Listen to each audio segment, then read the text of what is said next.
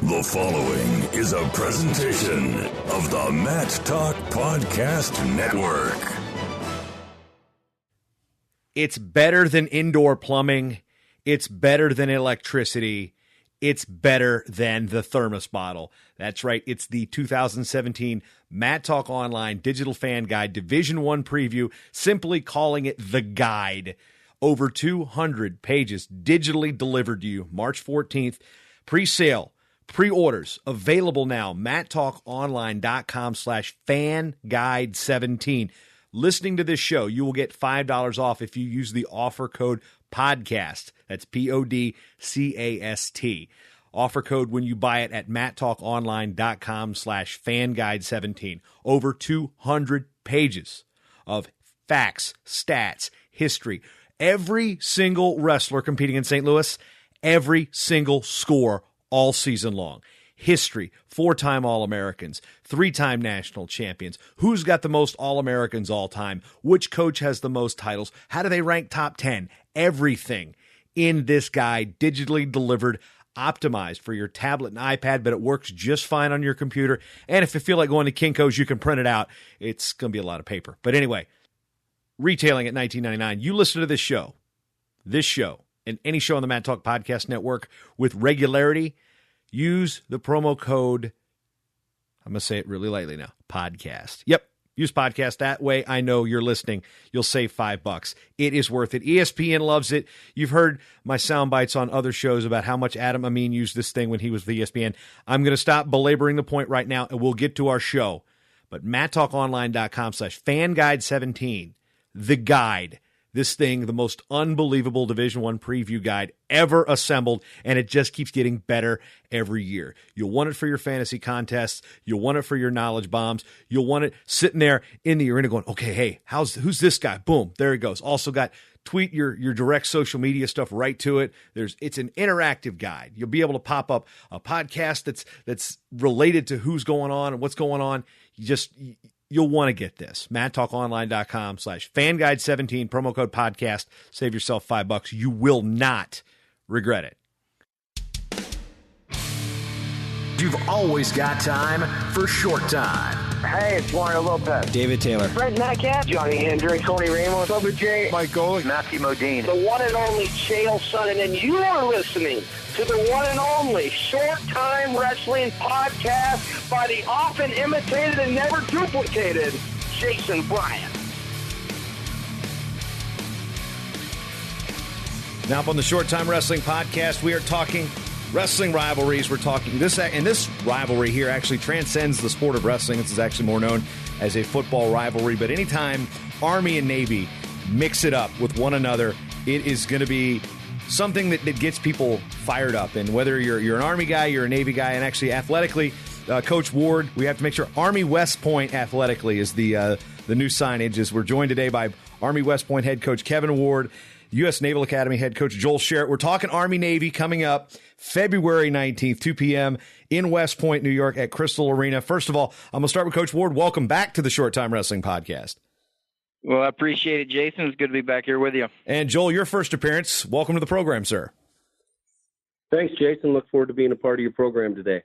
So historically, for those who are unaware about the Army-Navy rivalry when it comes to wrestling, and because of Army-Navy, I'm just sorry, Kevin, your admins, I'm just going to have to be dropping the West Point, at least for conversational purposes. But I have mentioned Army West Point everything all year, so we can get that out of the way.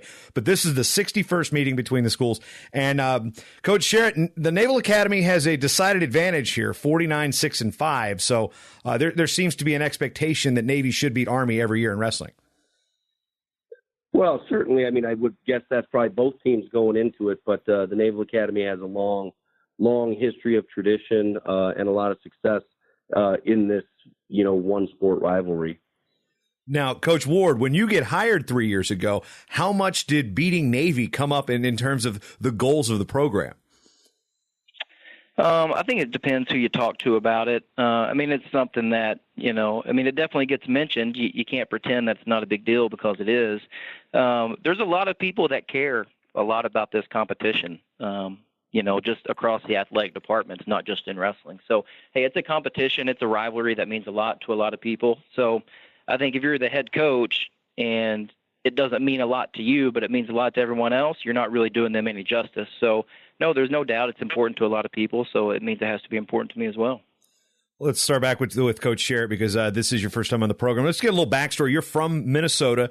You wrestled at Iowa. And then when you got into coaching, you first surfaced at the Service Academy under Bruce Burnett at the Naval Academy before leaving to become the head coach at Air Force before returning as the head coach at Navy. What was enticing about that first assistant job when you were at the Naval Academy the first time? Well, I grew up on the south side of Minneapolis there, went to school, same high school as Jason Ness, Dylan Ness, Marty Morgan, 4 NCAA championships coming out of Bloomington Kennedy. Went to Iowa, had a great opportunity down there under Coach Gable. And when I left Iowa City, when I really took my first true full-time coaching job here at the Naval Academy, it was a special thing because the sport of wrestling means so much to what our graduates do. For instance, in the last 3 years since I've come back, our graduates, we've produced 13 Navy SEAL candidates, 12 Marine Corps ground candidates, 4 pilots, 1 sub guy, and a couple logistics guys. So what we do has real relevant impact on what they're going to do when they leave the Naval Academy to go on and serve our country. So it's really a neat place to be when your sport ties directly to what these guys are going to do in their careers. So the opportunity arises to apply for the Air Force Academy job out in Colorado Springs. How much of that military, that service academy mindset really said, you know what, I really think that this is where I need to be coaching, and the Air Force opportunity is to talk about why that opportunity was the right fit for you at the time? Well, as a young coach, I had looked at a few other opportunities, but I had a great job. I had a good job, and I was looking for a great job to have that opportunity to lead and be a head coach. Colorado Springs was a nice environment for my family. My college roommate was one of the national team coaches at USA Wrestling. I had a lot of support within the USA Wrestling family out there in the Olympic Training Center. So it was a great opportunity for me to take my first head coaching opportunity. And I met with Bruce on it at the time, and obviously it was a tough decision, but a good decision for me nonetheless. And then ultimately returning to Navy, there was some different things here structurally that allowed me to make the transition back and do a few more things than what I was able to do in Colorado Springs. How much more prepared were you to be the head coach now at Navy after going through a service academy, even though it was a different service entirely? But being a head coach prepares you for being a head coach, if that makes any sense. How much did Air Force prepare you for your job back at Navy? No doubt. I mean, every year I try and be a better coach, and that's, 8 more years of experience, especially as the head coach. If you've never been a head coach, there's different things that are involved, and, leading and managing people.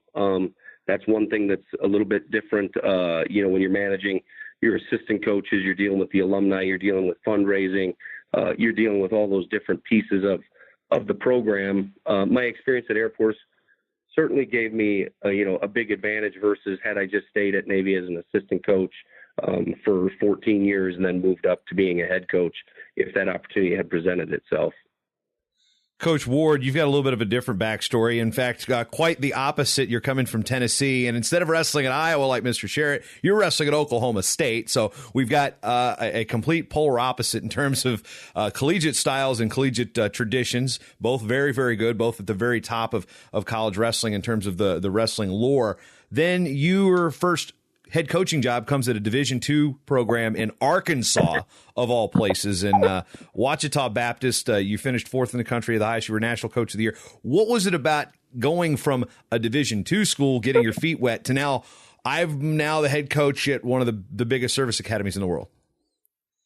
Yeah, well, I wouldn't say – I never went into coaching at Ouachita Baptist with the idea of getting my feet wet. I thought it was an incredible opportunity, and I really wasn't looking to leave there. Even when I did, I wasn't unhappy. We had a really good team and very close relationship with all the guys on the team. So it was never my plan to get my feet wet and then find something bigger and better. But, when I found out they were looking for a coach here and I talked to some people about it, I had some familiarity with West Point and thought I had a pretty good idea about it, about the academy, what it stands for, the personality of the people that are here. And when as I took a closer look, I think what really made the difference is just really falling in love with with the guys on the team here. And you can't help but really respect them and appreciate them when you're around them. But just to be able to coach somewhere where you feel like, the values of the institution align with your values that you have for yourself, and a place where you think character and integrity are really important, and you feel no pressure to sacrifice those sorts of things. Ultimately it was a good fit for me personally, a good fit for my family, and timing wise, it was just an opportunity that at the time I just couldn't say no to. What was the most unique thing you had to deal with as a head coach at a service academy that you didn't have at Ouachita, and what you hadn't seen from your coaches at Oklahoma State? Oh my gosh, that could change every day, to be honest with you. There's a lot of nuance and there's a lot of intricacies to coaching at a place like West Point. But I'll be honest with you. I mean, I came in with an open mind, kind of, the way I approach a lot of things that I don't know is I just kind of expect the worst and be ready to roll with, whatever happens. There's some unique things that happen here. There's no doubt. That's a really good question, Jason. What is the most unique thing? Like I said, it would probably change day to day. The more you learn about the place and you learn things new every single day that you're here, that could change on a day-to-day basis. I'll just say this. There's no shortage of surprises and things that come your way that maybe you weren't expecting. So, you got to approach it the same way you do the sport of wrestling. You got to expect the unexpected and be ready for whatever comes your way. Coach Sharratt, I'm going to fire the same question kind of at you. I mean, you've been in the service academy world longer, but what were some things that kind of opened your eyes about how things are different at a service academy versus, your other traditional Division I type of institution? I think, having come back to Navy, I think one of the things that has surprised me is really the lack of limitations, that everybody out there thinks that the service academies are so restrictive and it's so hard to be successful. And it's not true. It's an incredible college education with an incredible Division I wrestling opportunity. And any young man who's academically qualified to go to the Naval Academy that wants to get a Division I academic degree, a true academic degree, aerospace engineering, any of our other engineering degrees, our economics degree, anything that you're going to get a degree in here is going to be a real degree that's going to prepare you for life. Couple that with the Division I opportunity that we give you to compete nationwide. Really, the lifestyle here is very unrestrictive in, you're going to be studying and you're going to be wrestling. And no matter where you went to school, if you're pursuing big boy academics and big boy wrestling, this place offers you, every opportunity in the world for that. I like that, big boy academics and big boy wrestling. I'm gonna have to steal that one from you. Coach Ward, now coming back to this, because not to poke fun at Coach Sharratt's age by any means, but you're younger than Coach Sharratt is, and we're in a generation now with conflicts overseas. I'm not going to make this a political discussion about where our government are putting troops overseas and whatnot, but when you go into somebody's house. And, with coming up and, you and I are similar in age bracket. So we kind of came through at the same time. And when parents are saying, oh, well, I don't want my kid to go to war. I mean, what are some of the things you have to dispel right away from the recruits' parents that when you knock on their door saying, hey, I'm from West Point, we would like, we're interested in you. You've got the grades, that type of stuff. I mean, that's a very real concern for parents these days. Yeah, there's no doubt, and that's to be expected, and you do get those types of questions, and to be fair, that's, I think any parent would want to ask those questions. Here's the truth about it, is, hey, listen, there's 17 different branches of the Army that you can go into when you graduate from West Point. Everyone thinks, what you see in the Army is what you see in the movies, but there's 17 different branches. Just a few of them are what they're called combat arms. The options when you graduate from West Point, are so unlimited. You're not restricted into being, a ground trooper, an infantry soldier, unless that's what you want to do. You can go do it. Here's the reality: is whatever branch that you select, and our cadets, they get an opportunity to select the branch that they go into when they graduate. Our guys have the confidence of knowing whatever it is they choose to go do, they're going to be the most prepared and the most well-trained person at doing that in the world. Right? They're going to get the full power of the United States Army behind them and preparing them to do their job. So whatever job it is that they choose to do and they're sent to go do, they're going to be the most prepared person in the world to go do it.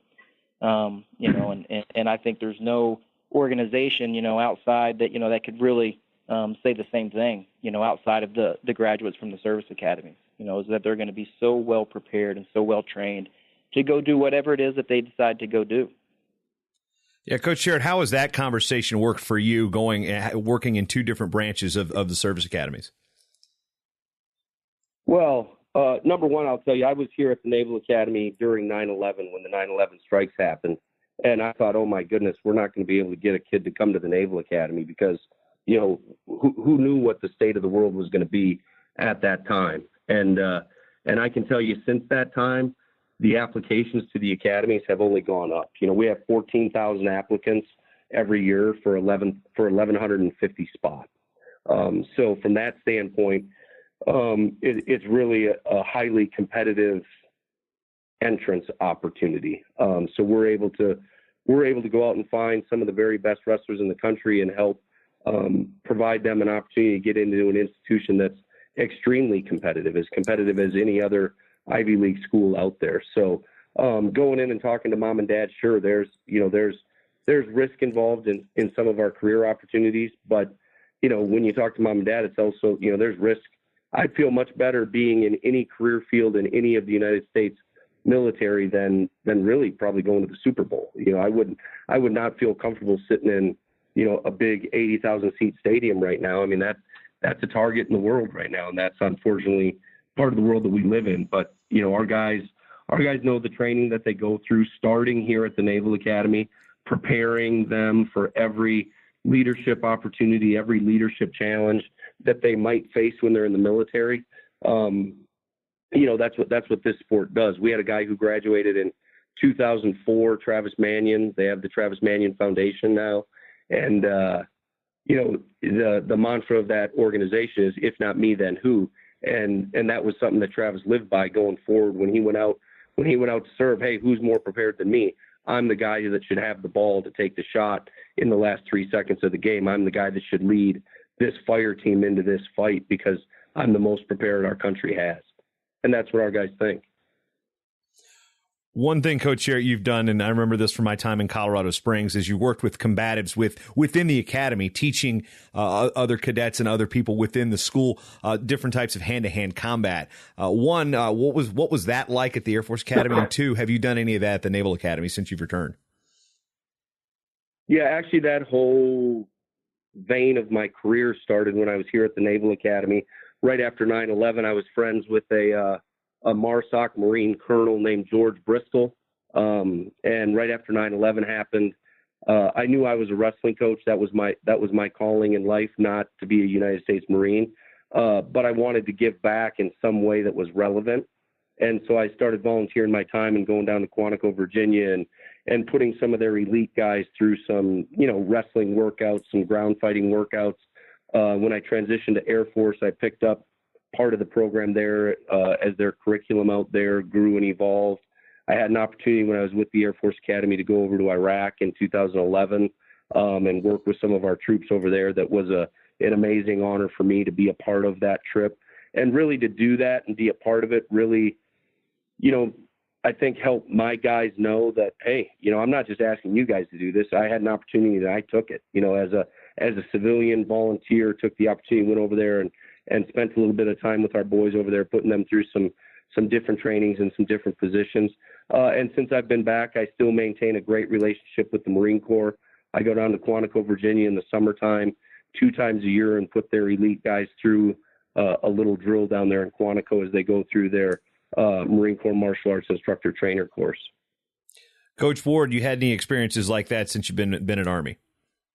No, I think that's a fantastic story, by the way. I just listened to Joel's story. I think that's fantastic, being able to be involved in so many ways. In my 2.5 years here, somehow I found, myself busy enough just trying to be a wrestling coach.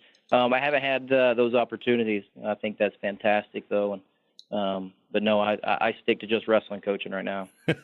Yeah. We're not going to work on the combatives just yet. You got titles to win. Now, as we look at Coach Ward, your perspective from the Army-Navy rivalry. Let's take wrestling out of it. And as you go in to take a job at Army West Point, there I said it, Army West Point, you go in and take that job, and the first football game rolls around.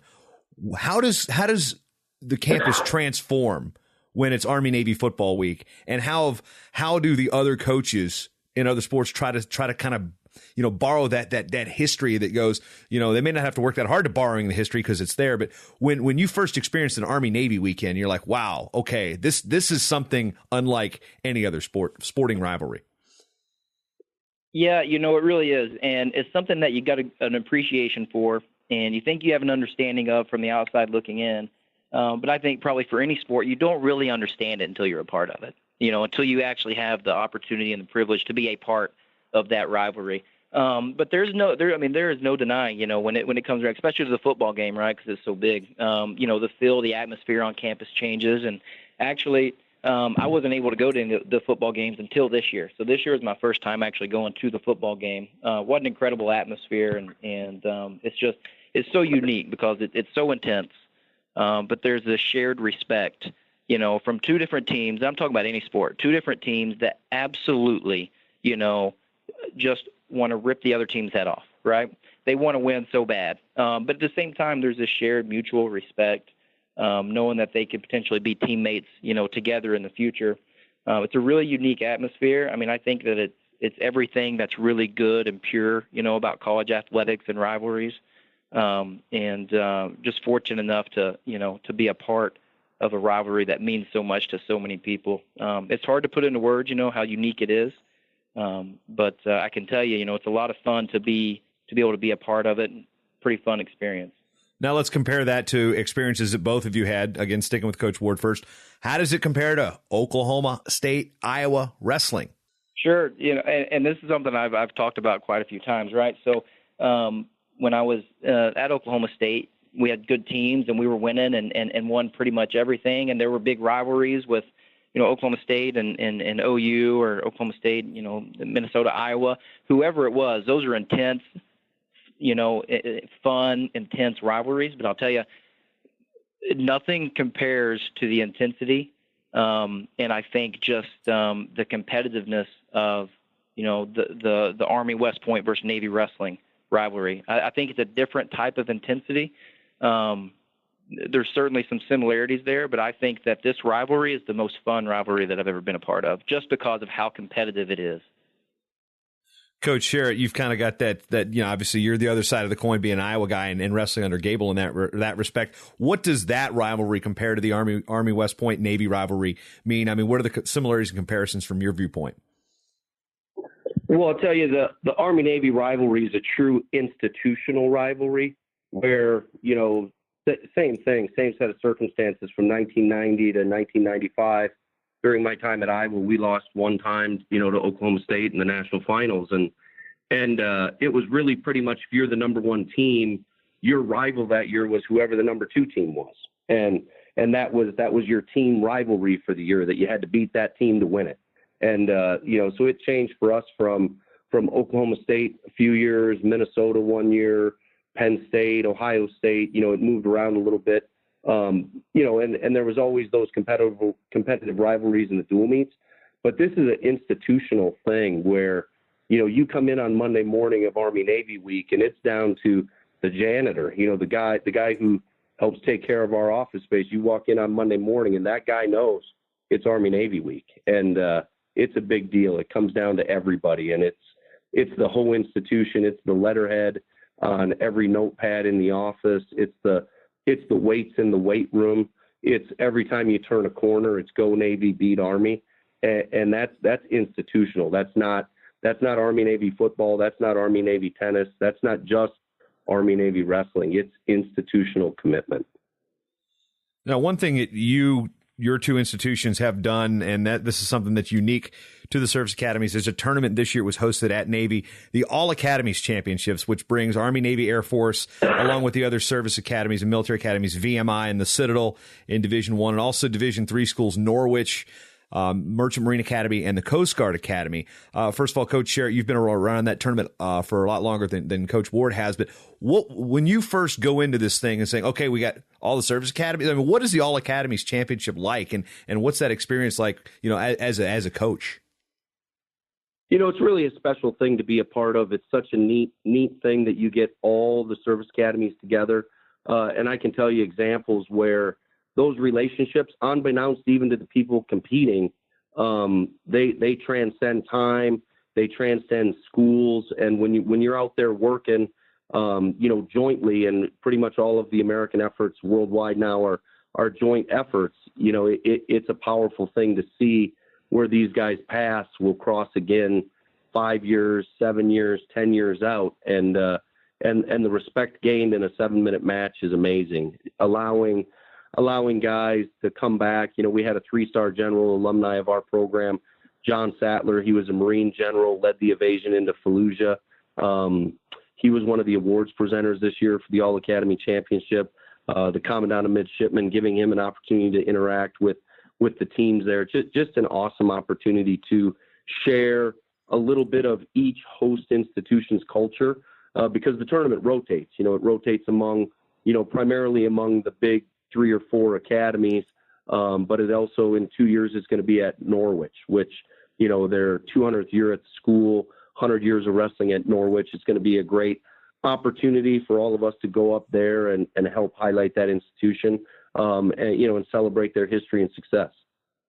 Yeah, Coach Ward, you've been on the winning end the last 2 years, the first time in program history that Army West Point had won back-to-back All-Academy championships. And what is your take on the All-Academy championships from a perspective of wrestling in the Big 12, where mainly the tournaments you wrestle, the scuffle and things like that, or Reno, whereas a small 8-team tournament, that's probably something you didn't get a whole lot of exposure to until you got into Division II.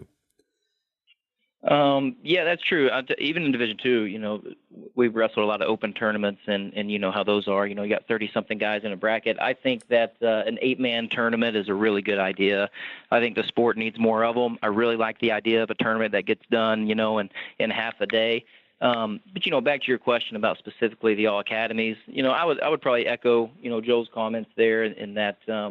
It's a unique event, right? In that, hey, all these people made a decision to go where they're at. They made a decision to serve, and wrestling is part of their journey on their path to doing that.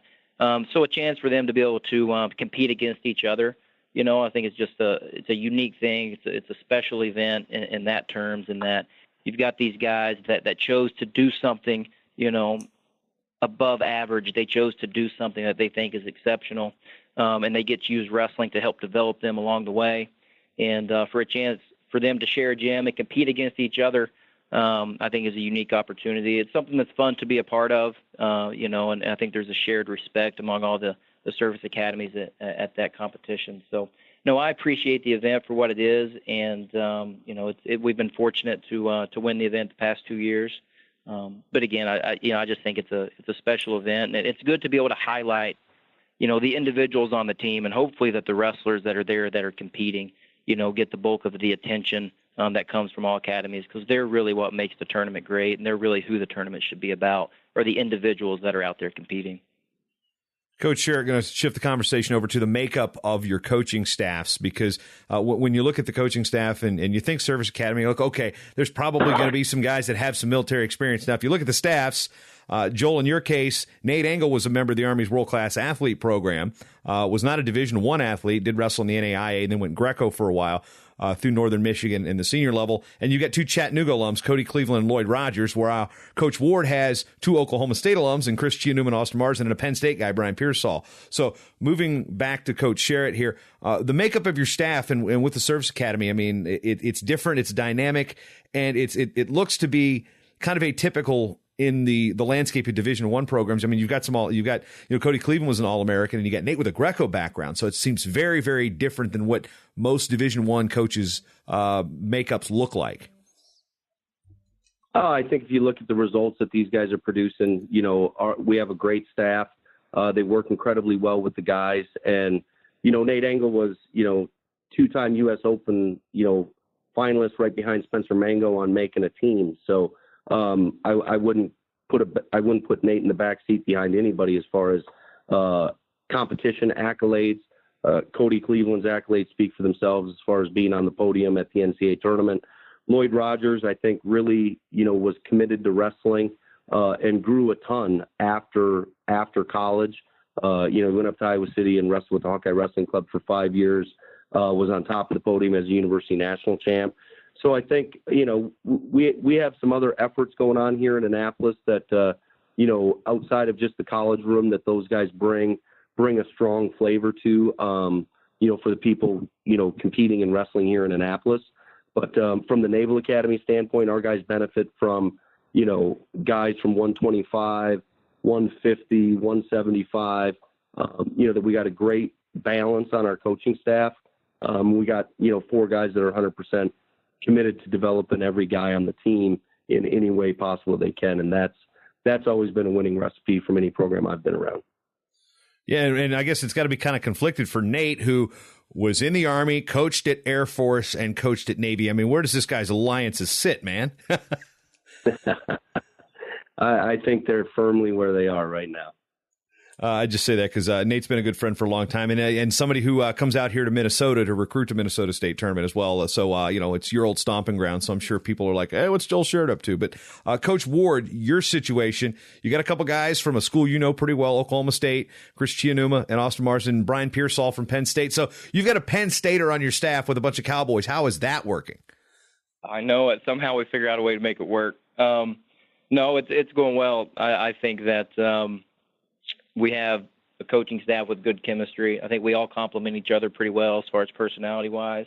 But there's no doubt, so Chris was my assistant for a year at Ouachita Baptist. And then when I took over here at West Point, Chris took over as the head coach at Ouachita Baptist, and then I went and grabbed him and brought him here with me. So not only, am I familiar with the background that Chris has, coming from Oklahoma State, then we coached together for a year at Ouachita Baptist, and now we're back together again up here at West Point. And yeah, you mentioned Pearsall. Brian was my first hire when I started here and hired on as a volunteer assistant, and proved pretty quickly that, he's got a lot of potential in this profession and really has a desire to coach and wants to help people and is really good at what he does. So as soon as we had a chance to move him from the volunteer into the full-time assistant position, that was pretty much a no-brainer. And then we're fortunate enough, this last summer to be able to go grab somebody else that's made a pretty big impact in a hurry with Austin Marsden, who's our volunteer assistant. So another Oklahoma State guy, and it just kind of worked out that way that, and here's a heavyweight, a big guy that could really wrestle, and on the podium a couple times at the national tournament. And we work well together. And I think an interesting thing with our team is, with me and Brian and Chris, with us three together, we've either been on, NCAA championship teams, and Chris was a national champion when he was at Lindenwood before he transferred to Oklahoma State. So it's just a unique combination of guys with different personalities, with different backgrounds, but shared, always being part of a winning culture, wrestling through high school and college. So it's kind of fun to see those things come together, and we've got a good relationship, and they all work very well with the guys on our team, and really happy with the progress that we've made since we've been together. You'll notice that Iowa and Oklahoma State are two programs that have a lot of alumni as head coaches at the Division I level, and even down to the Division II and Division III level. Coach Sharratt, I'll start with you as being the senior member of this podcast. When you look at the number of Hawkeye alums that are head coaches, is it something about going through the program that has wired so many of its wrestlers to want to be coaches and be successful at the Division I level? I mean, what do you think the reason is that there are so many former Hawkeyes as head coaches around Division I? Well, I think one thing for sure is Coach Gable did a great job recruiting people that were selflessly committed to winning a championship. There wasn't a lot of guys on full ride scholarships within our program, and he found the guys who really had not just accolades, but they had a burning desire to be champions and to share that culture that we had. And so those teams and those team members, that I was on those teams with, it doesn't surprise me because Terry and Troy Steiner, two of the most selfless guys I know. Jimmy Zaleski, there wasn't a day, there wasn't an hour in the day that he wouldn't get up and come meet you in the morning to drill, or an hour at night that he wouldn't come in help work on something after a dual meet if you were struggling in a skill area. So really all the guys that I know, the old school guys, Barry Davis, Jimmy, Dwayne Goldman, all those guys out there, Jay Robinson, to the new school guys, Tom Brands, Tom Ryan, everybody that's out there doing it right now. Just all were really capable of putting the team above themselves and doing what they had to do. Troy Steiner going down from 142 down to 134 as the defending national champ. That's a big test of character, and that was the kind of guys that make up championship teams, and they'll make up championship coaches because they'll give to the team what they need to be successful. Kevin, kind of the same question as it relates to wrestling under John Smith, and you've got a handful of Oklahoma State alumni who are head coaches around the country. I guess it's the same question there. I mean, how did Coach Smith prepare his wrestlers to be coaches one day? Yeah, that's a good question. I'm not sure if it was always that way where Oklahoma State grads were branching out into the coaching tree and taking jobs. I think that's kind of exploded maybe over the last few years.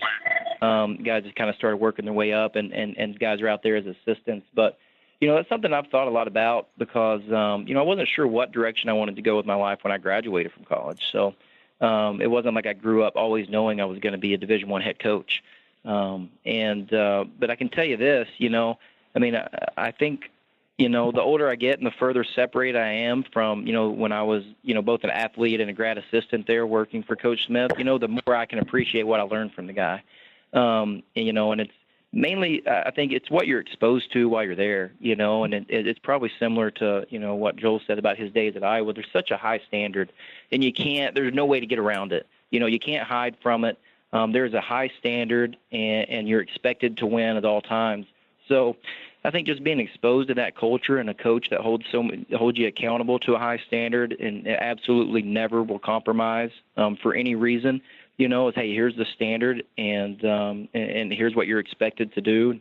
And we're going to hold people accountable to doing it. I think just being around that culture, for the people that want to help other people when they get done, if you've got, kind of a heart to want to help other people, you find out pretty quick, hey, I learned a lot there and I can make a positive impact in other people's lives if I just apply, what I learned, in my time being an athlete and a coach there at a program like Oklahoma State. So, I think people realize that when they get done, they say, hey, I'm really good at this. It's what I know best and I want to help other people. And what's the best way for me to help other people personally?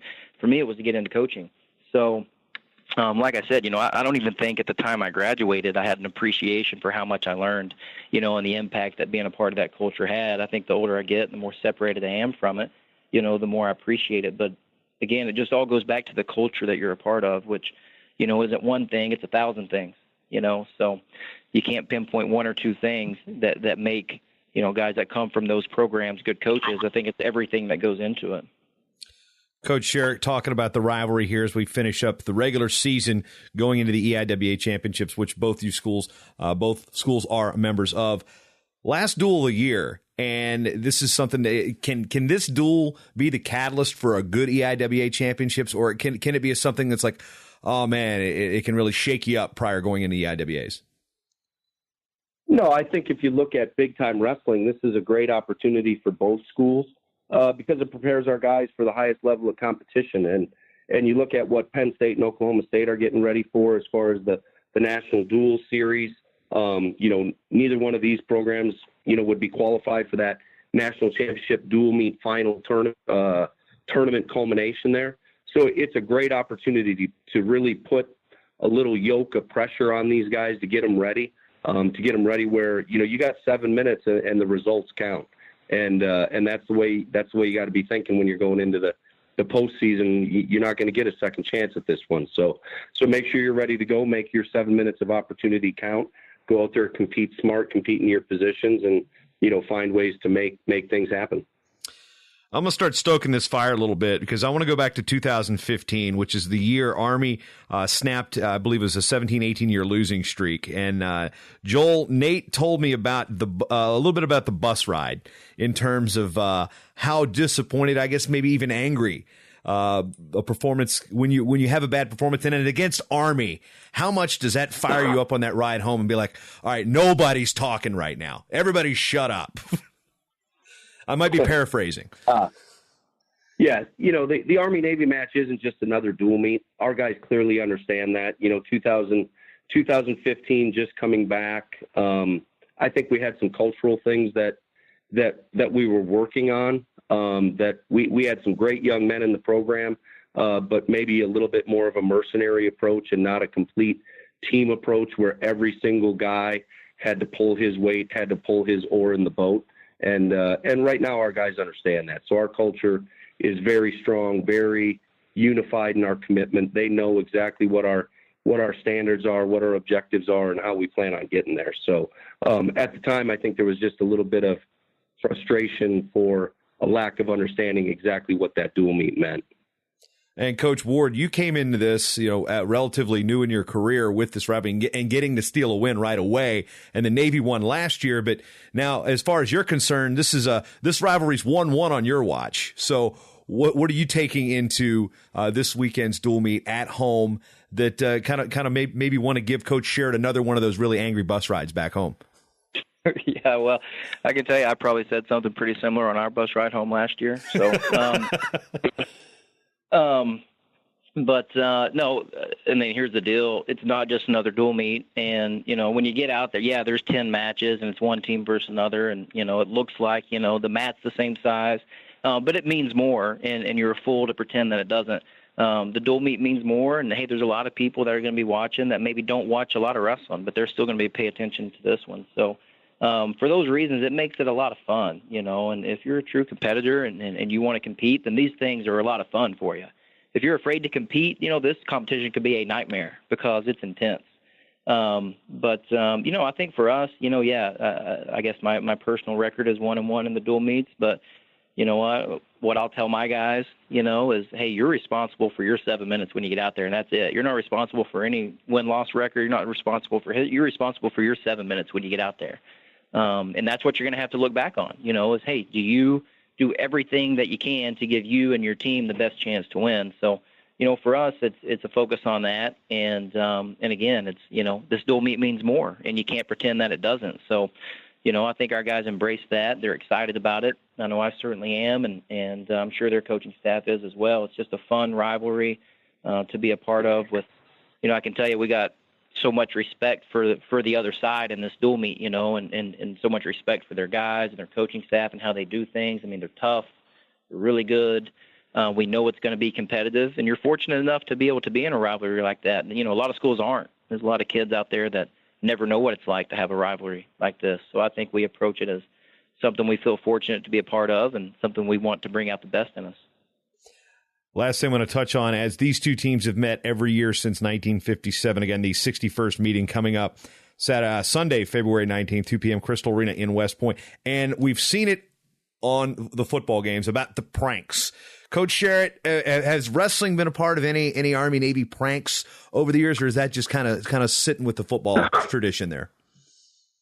Really kind of the football weekends really have the big emphasis on the Spirit missions where they, they're doing a flyover on one of the Spirit mission. Okay, that's how you guys changed the terminology. Spirit mission, not prank. Doesn't sound so bad. The videos that are coming out from both sides, that sort of stuff. By the time the winter sports are here, I mean, it's really kind of the academy at large here is focused on their schoolwork and producing the right results, and we're pretty close to our postseason competition, so it's a little bit different time frame. So most of the Spirit mission stuff is focused on the football game. Now, any of your former wrestlers involved in some of those football Spirit missions that ended up being quite comical? Our guys have gotten a great amount of airtime as far as being, proud and loud supporters of the football team. They have a little area that they call the pit. It's a pretty rowdy group of midshipmen that are, stirring on the rest of the brigade to be spirited supporters of the team.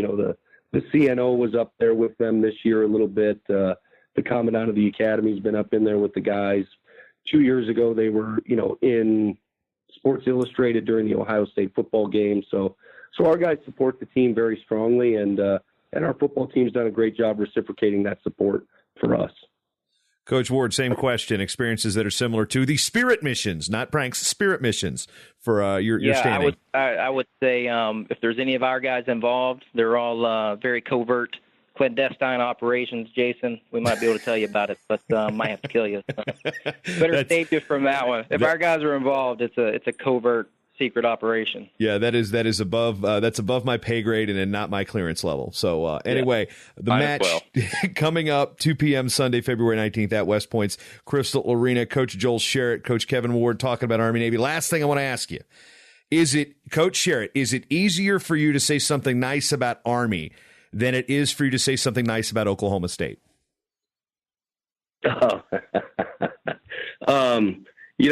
I've always wanted to compete against both of them. I've always been in a competitive situation against both. So it's a very unique opportunity. When I took the job here at Navy way back when as an assistant, Chuck Barbie happened to be the head coach at the time, who was also an Oklahoma State wrestler that wrestled one of my college roommates in the NCAA finals. So it's an interesting thing, kind of the paradigm that I've always had with, both Oklahoma State and Army. So it's great. It's much easier to say something great about Army.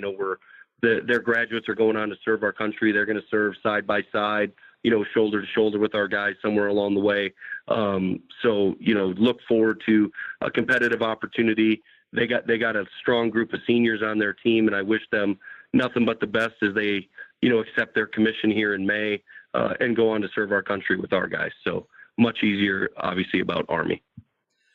Coach Ward, same question, man, because, an Army guy saying something nice about a Navy guy during Army-Navy week, that might be a tough sell. Same with the whole Oklahoma State-Iowa thing. Your turn.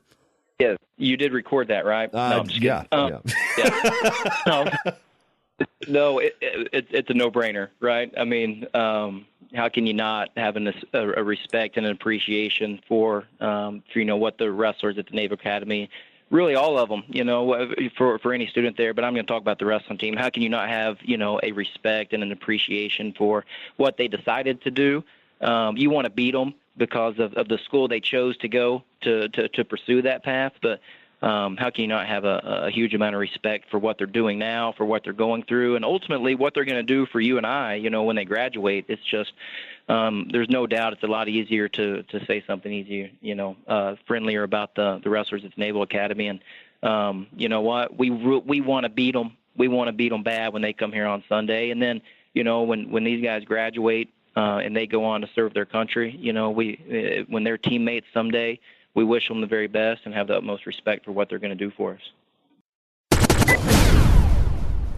There you have it, Joel Sharratt, Kevin Ward, two of the nicest guys in the sport of wrestling, too. Joel's still got that intense mentality from his days in Minnesota and Iowa, and, making sure that the right type of inflection with the military sound when he's barking out instructions. I'm glad to finally got Joel on the program. Of course, Coach Ward, Kevin. Actually, real quick story, and this is one of the few things that I have relationship-wise with Kevin Ward. So I'm taking a year off from college. It was a semester off. So I was living back home. So it would have been year 4. And at the time, I was not exactly the most stellar academic student. So year 4, I'm going out to Blacksburg, to Virginia Tech quite often. My high school teammate, Mike Akers, was wrestling out there. I knew guys on the team. As a matter of fact, I broke Chris Martin's chandelier one particular evening, but that's another story entirely. So I'm actually staying with Akers. And his roommate was Scott Justice, who you remember was the 1 seed in 2002, who had just the disastrous collapse. And the unfortunate thing about Scott, and he was from rival Grundy. So you had a Pocosin guy with Akers and a Grundy guy, Justice, living in the same place. And that's like, in the wrestling cultures in Virginia, that was like oil and water. Well, Akers was one of my good friends from high school, and I really got to know Scott Justice over the years. And Scott, I'm not sure what he's doing. I think he's a SEAL. But you want to talk about a salt of the earth, awesome human being. One of the best individuals as people I've ever met was Scott Justice, which was, really painful to watch what happened to him in 2002 and 2000. He was around at 2003, but, he was so talented, and that back injury just really, really crushed him to his career. But Scott's doing great things defending our country. Kind of fitting that we're talking about Army Navy, and I'm mentioning such an incredible human being like Scott Justice. Well, anyway, So I'm in Blacksburg. I'm at Tech, and this is the Keith Morlam's coaching in that era. And I'm in college. I'm 21 years old. I'm out there. I'm having fun. You can kind of figure out what we were doing.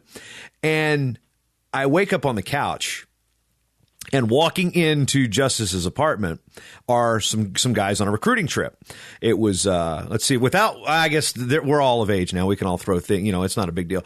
Trip Seed from Western Branch was there, and he knew exactly who I was from covering him in Chesapeake. He was there. Kevin Ward, Josh Walker from Stonewall Jackson. I think it was just those three, and Walker would end up being a AAA state champ that year. So I'm sitting there on the couch. I mean, it's in the afternoon. I'm not feeling too great, as you can probably figure. And I see Tripp walk in, and I've known Tripp since he was like in the 7th grade. He's now a wrestling coach back in Virginia at Nansemond River in Suffolk. Well, I look at him, I go, Trippsta! And he's like, yo, what's up, Twiggy? And then Ward's he's quiet. He's not saying a word. And Walker looks at Tripp and goes, is that the Matt Talk guy?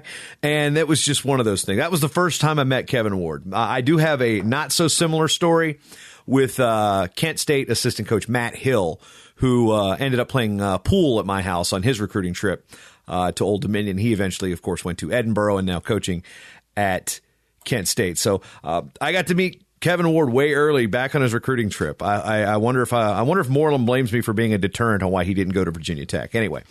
So why was I telling you that story? Oh, yeah, that was my Kevin Ward story. That's exactly why I told it. So that's all I got. Nothing too crazy here. And, of course, maybe telling that story and now realizing that he's a coach. Well, the thing is, he wasn't partaking in any of this hijinks. So this is the morning after. So that I was having the hijinks. So just, Kevin Ward and I mean, we're talking 19. Let's see, that was probably 2000. Let's see, I graduated in 97. So 98, 92. Yeah, it was 2000, 2001 era. So long time I've known Kevin Ward. And that was the initial meeting. So I don't have quite that relationship with Joel Sharratt, but I will say his assistant, Nate Engel, and I have been in Denmark and numerous other places talking about wrestling. So I feel like I have a connection to both these programs. Good luck to Coach Ward. Good luck to Coach Sharratt. And just what is a tremendous all-sports institutional rivalry, as they said. Army-Navy, February 19th in West Point Crystal Arena. That's all I got for you today. Going to be a busy week. Going to cram another short time in here this week. Big topics to discuss. But right now, Army-Navy. Make sure you're picking a side and rooting for them. Oh, and of course, thank you for spending your time with me, because you've always got time for short time.